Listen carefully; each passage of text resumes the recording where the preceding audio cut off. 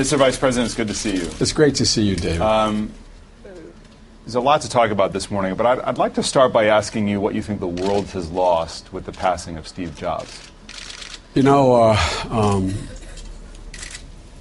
I was watching some of the shows last night, and his commencement speech in '05 at Stanford. If you haven't seen it, you ought to see it. And someone said, I'm paraphrasing, this guy democratized technology in a way that he put in the hands of ordinary people instruments that were only heretofore available to NASA scientists, to docs in an operating room, and he put in the hands of ordinary people the ability to do some extraordinary things. And that struck me, that he democratized the use of the most advanced technology on Earth, and he. So I think his contribution is huge, and also his attitude. I was watching him saying he gets up every morning, looks in the mirror and asks himself whether or not, if this were the last day of my life, would I be doing what I'm doing today? And that seemed like how he approached life, and I think that's a hell of a good way. My dad said it a different way. He used to say, it's a lucky man or woman gets up in the morning, puts both feet on the floor, knows what they're about to do, and thinks it still matters.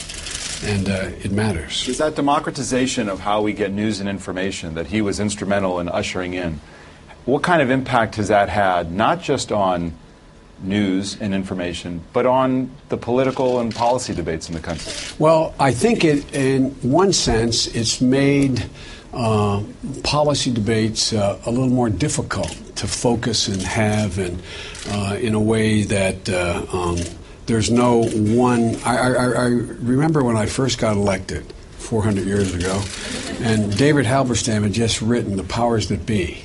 And I remember thinking, my goodness, this concentration of power, 3 networks and 3 outlets. And I thought to myself, this is, Halberstam's point about it should be more open. Sometimes I wish there were only 3. I'm not being facetious, because there was a marshaling of the single most important issues of the day, and one place where the debate could be a fora that was always available, that you had 70% of the people watching the evening news. And it was news. But the flip side of that is this democratization has taken on the ability to literally bring down governments, bring down tyranny, to fundamentally alter the way people organize themselves. So on balance, it is much, much healthier. But it does have, there's no governor on any of this. There's no editor. So a lot of material gets out into the public sphere that is just specious. But my view is, and my deceased wife used to always kid me when I'd say this, I'd say, I have great faith in the judgment of the American people. And she'd look at me and say, I wonder how much faith you'd had you lost your first election. But I really do. I think the American people and the people around the world are digesting this and starting to be able to separate the wheat from the chaff. So I think on balance, it's overwhelmingly positive. Why is the economy getting worse? The economy is getting worse for a number of reasons. Let me be precise. It's not that it's getting worse. It's not getting better at the rate it should get better. And there's a number of reasons for that. Domestically, the things that we can control, I quite frankly will not surprise you to hear me say, I think that that playing brinksmanship with the national debt was a serious mistake. I think that us being downgraded is a psychological impact on the markets here and people's thinking about where we were. It is not within our power, but it is within our orbit that the scare and the default, the possibility of the default of Greece, whether or not the Europeans are going to build a firewall strong enough with $1 billion or $1.7 trillion to prevent the contagion to move to banks in France or the collapse of Italy. There are roughly, depending on the estimate, 30 to 50,000 30 to 50 million apartment units in China that are vacant, and people worried about the real estate bubble there. But we should focus on the things we can control. We can now control. We can now give it a jump start by passing this jobs bill. The vast majority of the of the independent validators say it would create between 1.7 and 2 million jobs. It would increase the growth of the GDP by up to a couple percentage points. And so the things that we can control are the things that frustrate me the most that we're not able to get done. Well, what is going to get it done? The president's campaigning for it. He'll talk about it later this morning. But even though you believe you're right, you know in this town that's not always enough. So no, what's it's going to have not. to happen for it to get passed? Well, I think what's going to happen for it to get passed, I think we have to challenge, and as you've reported, I have a good personal relationship with Eric Cantor. I like him a lot. He's smart as heck. I have a great relationship with John Boehner. But I know what they're against. I don't know what they're for. And I worry whether or not there was a report that Pete Sessions, the congressman from Texas, one of the senior staff members, either for him or the Republicans, said after the job bill was introduced, Obama has his back to the wall. Why should we help him now? Well, the reason to help him is, not him, help the United States. And I look at the elements of the bill. I don't know any Republican in the past that's been against cutting the payroll tax for businesses as well as for employees.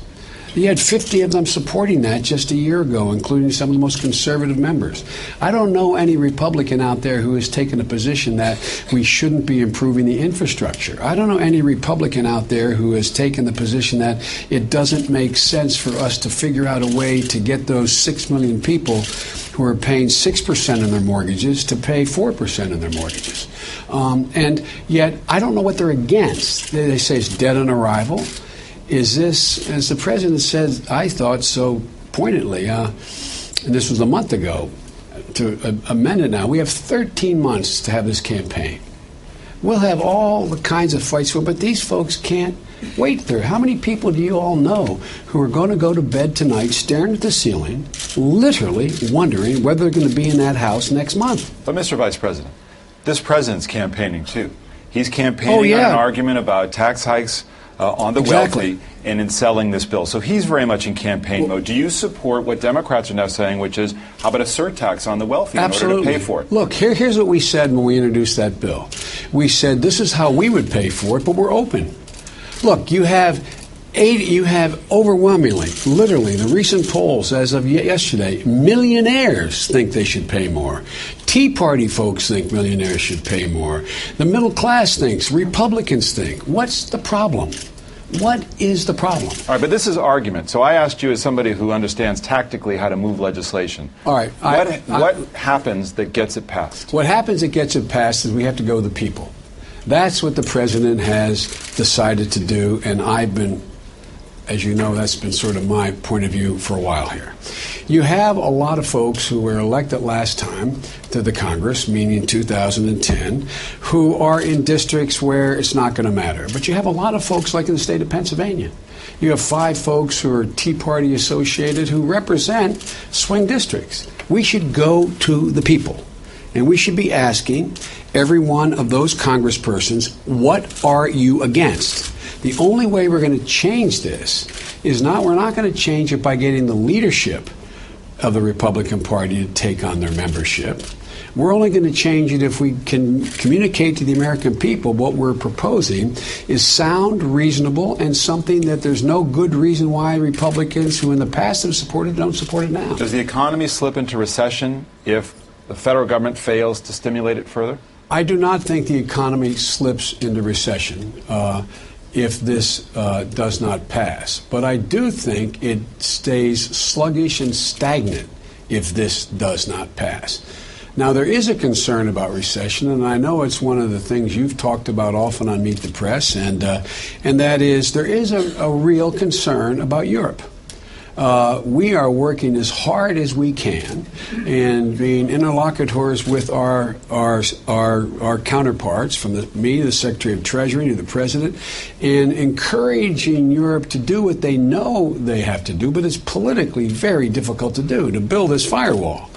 But you can picture a worst-case scenario in the Eurozone that could have an international contagion that could be really difficult. I'm reading Michael Lewis's new book, Boomerang, and what's interesting to me is a fundamental point he makes, which is our subprime crisis did a lot of damage to our banks, but the government could still bail the banks out. Here you have countries that are actually destroying their banking system.